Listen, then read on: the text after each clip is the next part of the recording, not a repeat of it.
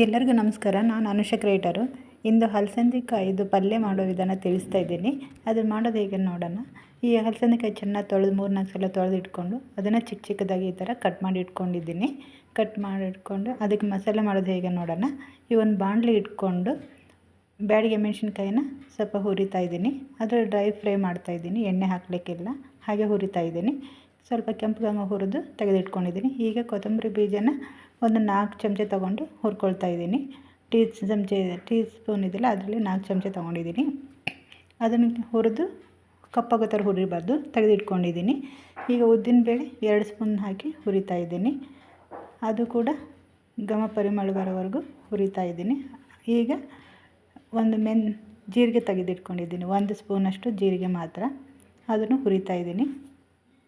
ಈಗ ಒಂದು 10 ಕಾಳು ಮೆಂತ್ಯ ಕಾಳು ಹುರಿತಾ ಇದ್ದೀನಿ. ಅದು ಘಮ ಬರೋವರೆಗೂ ಹುರ್ಕೋಬೇಕು. ಎಲ್ಲ ಹುರಿದು ಈಗ 1 ಟೀ ಸ್ಪೂನಷ್ಟು ಸಾಸಿವೆನ ಹುರಿತಾ ಇದ್ದೀನಿ. ಅದು ಕೂಡ ಪಟ ಅನ್ನೋ ಥರ ಹುರಿಬಾರ್ದು, ಸ್ವಲ್ಪ ಲೈಟಾಗಿ ಹುರ್ಕೋಬೇಕು. ಸ್ವಲ್ಪ ಕರಿಬೇವು ಸೊಪ್ಪನ್ನು ಹುರ್ಕೋಬೇಕು. ಇದನ್ನೆಲ್ಲ ಇವಾಗ ಕೊತ್ತಂಬರಿ ಬೀಜ ಜಾಸ್ತಿ ತೊಗೊಂಡ್ರೆ ಅದಕ್ಕಿಂತ ಸ್ವಲ್ಪ ಉದ್ದಿನಬೇಳೆ ಸ್ವಲ್ಪ ಎಲ್ಲ ಕಮ್ಮಿ ಮಾಡ್ಕೊಂಡು ಆ ಥರ ಹುರ್ಕೋಬೇಕಾಗುತ್ತೆ. ಮೆಜರ್ಮೆಂಟ್ ಎಲ್ಲ ನೋಡಿ ತಗೋಬೇಕು. ಈಗ 1-2 ಚಕ್ಕೆ ಪೀಸ್ ಹಾಕ್ಕೊಂಡಿದ್ದೀನಿ, ಅದನ್ನು ಹುರಿತಾ ಇದ್ದೀನಿ. ಇದನ್ನೆಲ್ಲ ಸೇರಿಸಿ ಇವಾಗ ಮಿಕ್ಸಿ ಜಾರ್ಗೆ ಹಾಕ್ಕೋಬೇಕು.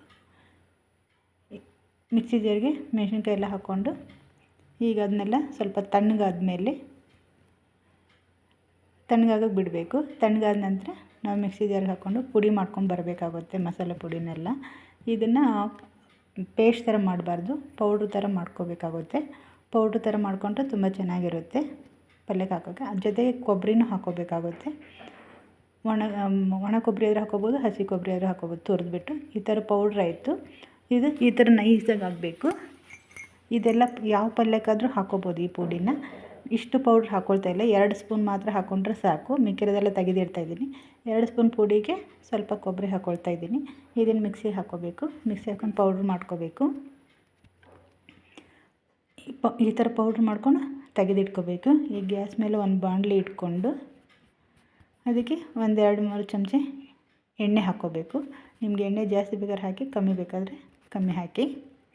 ಸಾಸಿವೆ ಹಾಕ್ಕೋಬೇಕು, ಜೀರಿಗೆ ಹಾಕಬೇಕು, ಕರಿಬೇವು ಸೊಪ್ಪು ಹಾಕಬೇಕು, ಸ್ವಲ್ಪ ಅರಿಶಿನ ಪುಡಿನೂ ಹಾಕ್ಕೋಬೇಕಾಗುತ್ತೆ.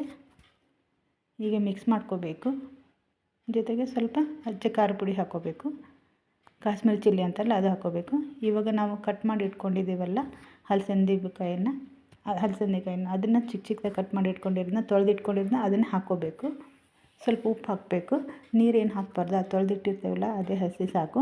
ನಿಮ್ಮ ನೀರು ಕಮ್ಮಿ ಅನಿಸಿದ್ರೆ ಸ್ವಲ್ಪ ನೀರು ಹಾಕ್ಕೊಳ್ಳಿ ಅಷ್ಟೇ, ಜಾಸ್ತಿ ಹಾಕಬಾರ್ದು. ಚಿಮುಕ್ ನೀರು ಹೊಡ್ಕೋಬೇಕು. ಪ್ಲೇಟ್ ಹಾಕಿ ಮುಚ್ಚಿಟ್ರೆ ಈ ಥರ 1-2 ನಿಮಿಷ ಕುದಿಸಿದ್ರೆ ಬೆಂದಿರುತ್ತೆ. ಅದಕ್ಕೆ ಇವಾಗ ಮಿಕ್ಸ್ ಮಾಡಿಕೊಂಡು ನೋಡ್ಕೊಳ್ಳಿ.